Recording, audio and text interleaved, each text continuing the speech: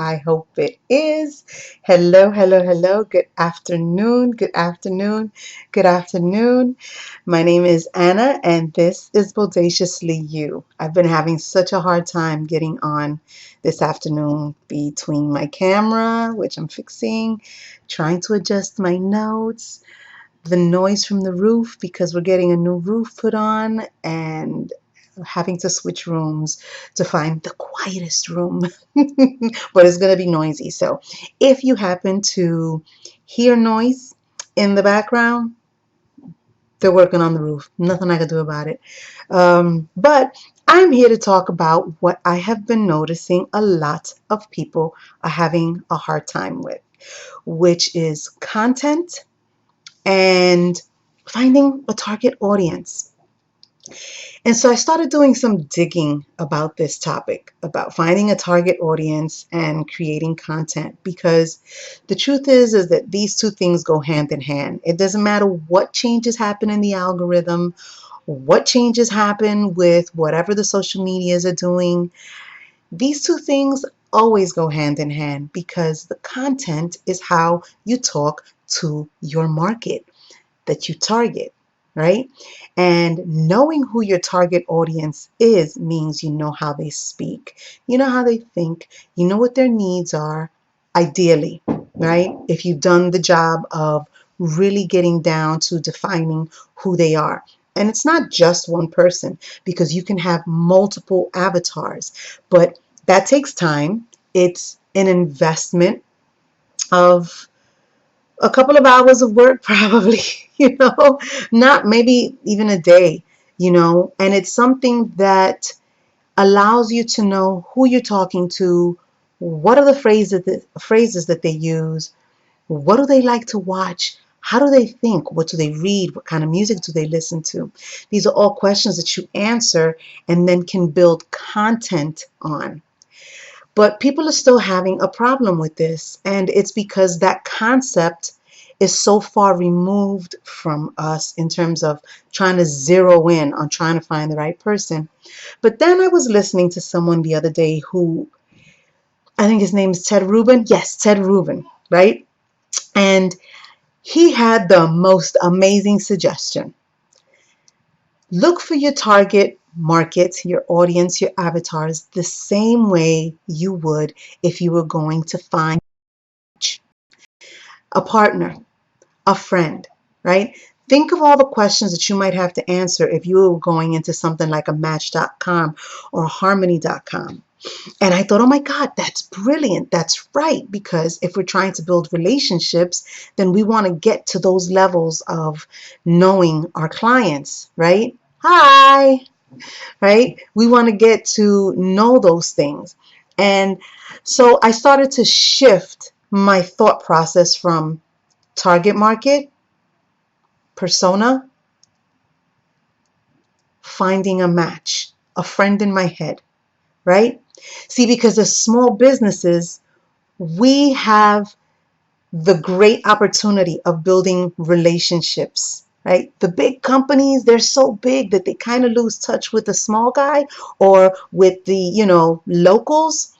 But as a small company, you can tend to the needs, the very intimate needs of your market, right? And that's what we should be doing in the beginning. I'll admit that's been my problem, right? But once I heard this man say that, it made total sense because it's what I try to do on my Instagram, especially, is I try to answer every comment. I try to like every comment that I receive, right? It's about building relationships and knowing you can contact me, you can DM me, and we can engage. I don't want to be so out of touch that I can't respond to you.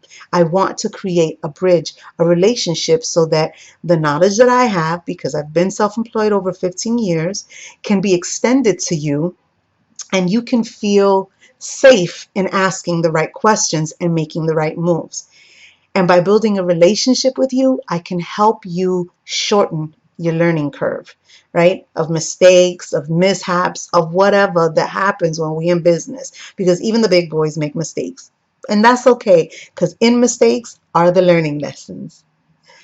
What's up, girl? What's up? Um, so let's get started to the notes that I have. If you see me looking down, it's because I'm looking at my notes, right? And I want to, this information, I hope you find helpful. And if you have any questions when I'm done, you can feel free to ask, right? Or if you're watching this on the replay, thank you for investing some time with me. Feel free to ask it in the replay, right? And then I'll answer, I'll respond to you, okay? I'll see your question no matter what. So, as I said, you are a small business, right? You have the advantage of being able to get into the intimate mind frame of your ideal audience, right? Saying target is kind of like you're separating yourself from them. But the truth is that you don't want to be separate from your audience. Yes, you want to be their guide, but you want to be able to speak their language. You want to be able to understand the nuances of their environment, the language, their behavior, their buying power, what they read, what they watch, how they talk to their families. You want to understand those nuances. And in order to understand them, you use your advantage of being small and you study them and you relate and you engage, right? So you have that advantage because as we get bigger, there's more people that come into the picture, and then it becomes sometimes full of chaos, or we have to hire people to speak in our voice. So is it really authentic, right? You have to train people to speak in your voice as you get bigger. You have to hire people to handle emails or to handle inventory and things like that. And so there's something that's lost in that intimacy along the way. So hone in on your advantage right now and ask these questions of yourself, right? So that you can fill in the gaps of your ideal client target market. So one of the things is that you're going to have to change the way you think. You're going to have to become super hyper aware of the words that are coming out of people's mouths, the things that people are writing, the way they discuss, engage, right? The questions that they're asking. You're going to have to be super hyper aware. And that can be a pain in the butt in this very dulled out, chaotic world that we're living in. I get up in the morning and I'm already seeking information because I feel like, oh my God, there's so much information. I think I'm going to miss out on something and I want to learn, right? And as a result, I feel like I'm in a tornado and it's the information is just swirling around in my brain and it's like, oh my God, this is too much, but it's not enough, but it's too much, but it's not enough. So I'm always trying to learn, but where I do try to focus a lot is becoming super aware, having heightened awareness of who I'm speaking to, how they are speaking to me, what is the verbiage that they are using, right?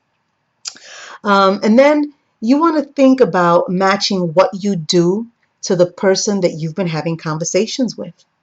You want to mirror whatever they're saying, right? So if they ask a question, you want to start your response with the question that they're asking and then lead in to giving the answer. And if you don't know the answer, you say, I don't know the answer. I don't know, but I can do some research. I'll come back to you and I'll give you the answer, right?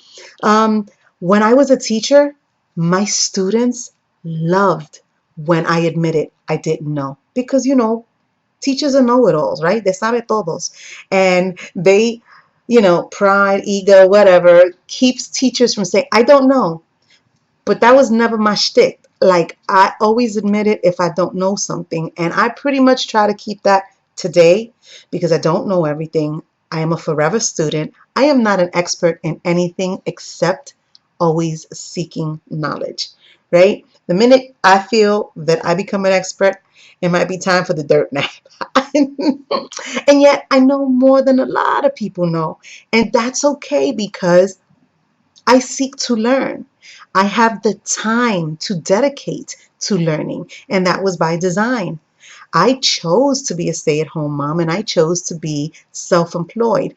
I wanted my life to be on my terms.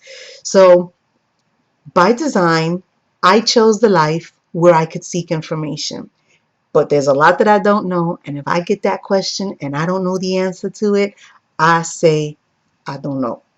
Right? And so should you. It builds trust. It builds like, okay, she's real, she's authentic, he's real. You know, he don't know everything, but he's gonna find the information and he's gonna get back to me. So you're building a relationship, right? A communication. You're building trust, right? And you're admitting that you don't know everything, but you're still open to learning. So that's fantastic, right? Um, what kind of conversations are you having with your ideal client, right? Um, what is the nuance of the way that they're speaking? What do they like, right? What is the nature of your relationship? Find the wave that you're riding in that communication, right?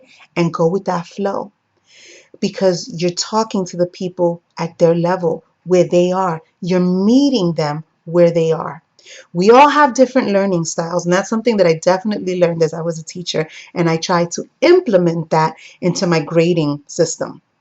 Uh, uh, I separated tests, quizzes, homework, activity, participation, and projects. And so it gave everybody a fighting chance. Some people are more creative and they don't do well in tests, right? So I created a system where everything was balanced and you had every opportunity to pass, or at least get a passing, but you had every opportunity to get a good grade.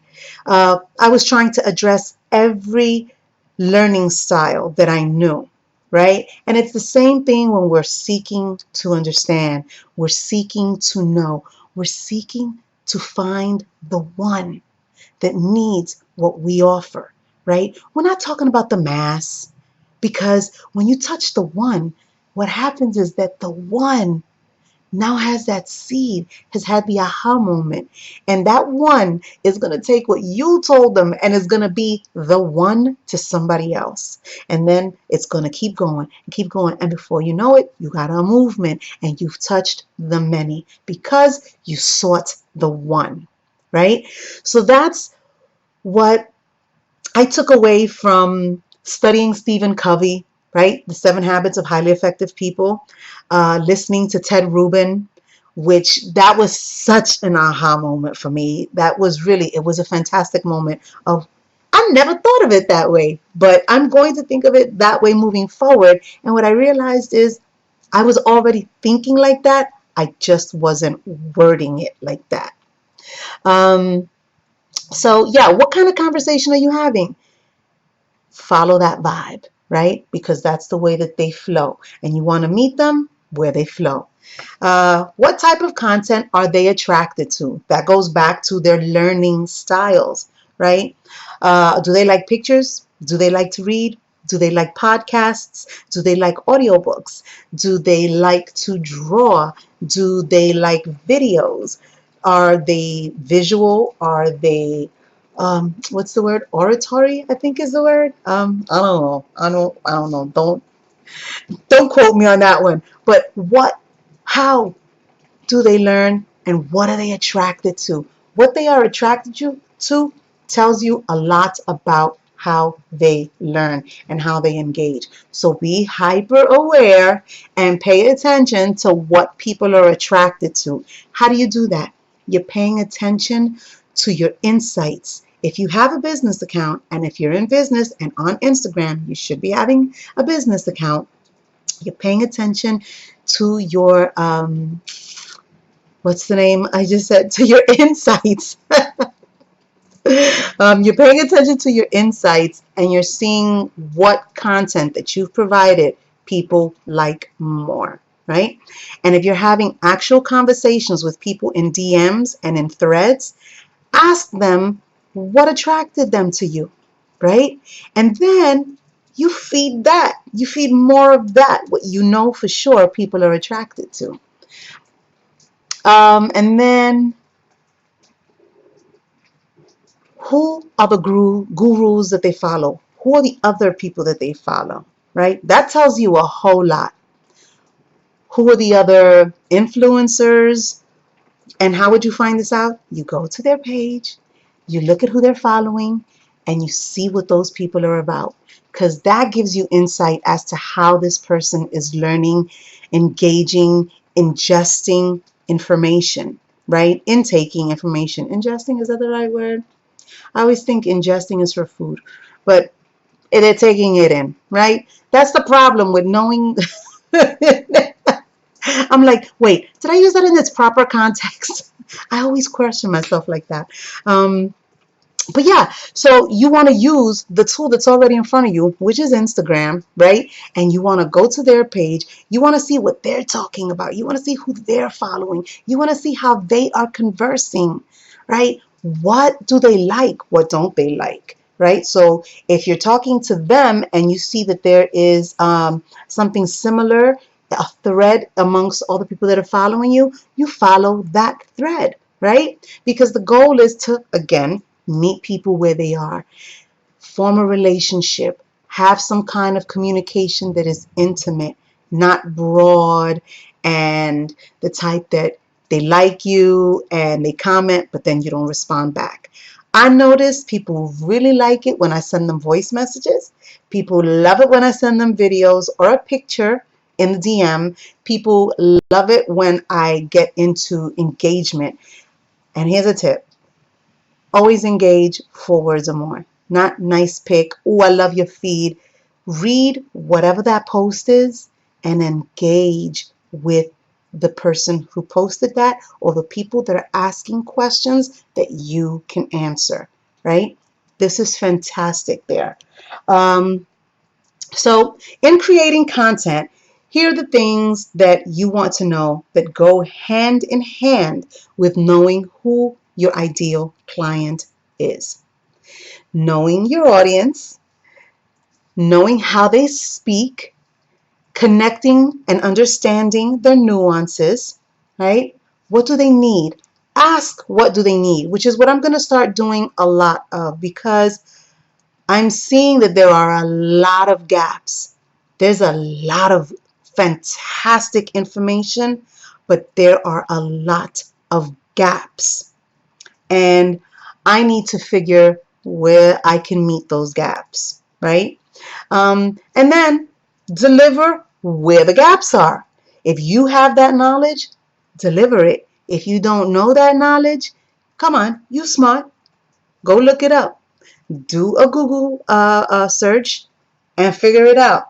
I did a Google search today, and let me tell you, link upon link upon link upon link filled with amazing information that I was just like, oh my God, I'm never going to get out of this. This is way too much information. But it was good information, and it wasn't the kind of information that everybody's feeding you. Because here's the thing. There's nothing new on the internet. Everything has already been thought of, has already been said. A lot of this stuff is just like being regurgitated. What's new is how you deliver it. It's how you communicate. It's how you build a relationship. When I used to bake, I used to follow a recipe, right? And sometimes it came out good and sometimes it came out bad, right? I would give the recipe to someone else and their cake either came out better than mine or not as good as mine, right? Because it just depends on the nuances of the day, of the moment, of, the conditions around you. Nothing is ever the same twice. Did I say that right? Things change all the time. So just because you might deliver the same content as me doesn't mean that you're delivering it like me. It doesn't mean that I'm going to deliver the same content the same way when I speak about it again. Why? Because different things pop up in my head. Like today, I'm not polished. I don't cheat. I don't look to be polished. I like being flawed. I'm perfectly imperfect, right? But there might come a time where I might actually do a very polished video delivering this exact same content, but it will be edited and super perfect. Same content, different delivery, right? Same thing with people. We all have a different way of delivering stuff. Some people talk straight like right? They do all kinds of things. And on another day, you catch them and they're like totally perfect and speaking very professional, right? So don't be afraid to just go right in, deliver your stuff, meet people where they are. And if you deliver it different on another day, or if somebody delivers the exact same content as you but different, don't be afraid. If you think that there's too much competition out here, there isn't. If there's competition, that's a good thing, a really good thing. So um, just stay in your lane, do what you do, and work on your shtick, right? So that's pretty much it. And if you're interested in defining your ideal client, I have this fantastic workbook that I created because, again, I saw that there was a need for something that was not being delivered, right? And so I created this workbook, which I'm actually using myself, right, to help identify my ideal client. I would love your feedback on it. You can totally get a copy of it, but you got to DM me for the copy because this isn't for everybody. I'm not putting it up in my link. This is something that will eventually be a paid product, but for now, I want to make sure that whatever I put out actually works and is super helpful because at the end of the day, this is about, yes, I would love to make a business out of this, but I want to be of service first. I want to fill that need that you might have that will propel you into forward motion to be the best that you can be. And it's totally selfish because I have children. And when I'm no longer around, I want to leave the world in a much better place. So that's why I'm doing what I'm doing. And if you want a copy of this, come on over to my Instagram. If you're watching me on any other channel but Instagram, come on over to my Instagram, Bodaciously You. You're catching it on the same name, Bodaciously You, right? On Instagram, DM me and tell me that you want a copy of the workbook that I have for finding your ideal client. And then once you look through it, you print it up. I made it super printer friendly, right? Because ink is expensive. So I made it super printer friendly. You do your thing, and then you tell me how you liked it. Did it help you? Did it not help you? What would you like to see in that, right? And then because you DM'd me personally in my Instagram, I will send you any revised copy that I made for the next 6 months. Yeah?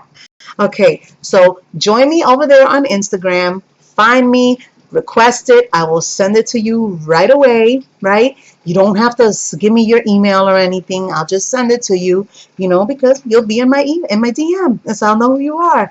But yeah, and then you let me know. And that's it for today. And wherever you are, I hope the sun is shining on you. I hope I didn't confuse you. I hope I'm not talking a little crazy. I have the rain because now it's raining, and the guys that were working on the roof, they had to go because it was raining. I guess they took lunch because it's 1:34 right now here in Florida. But yeah, so now it's raining, and now it's kind of messing with my attention span because it's like as short as a fish right now. So wherever you are, I hope the sun is shining on you. You have an amazing day. And if I can be of help, please go DM me in my Instagram inbox, right? And request the defining your ideal client. Take care.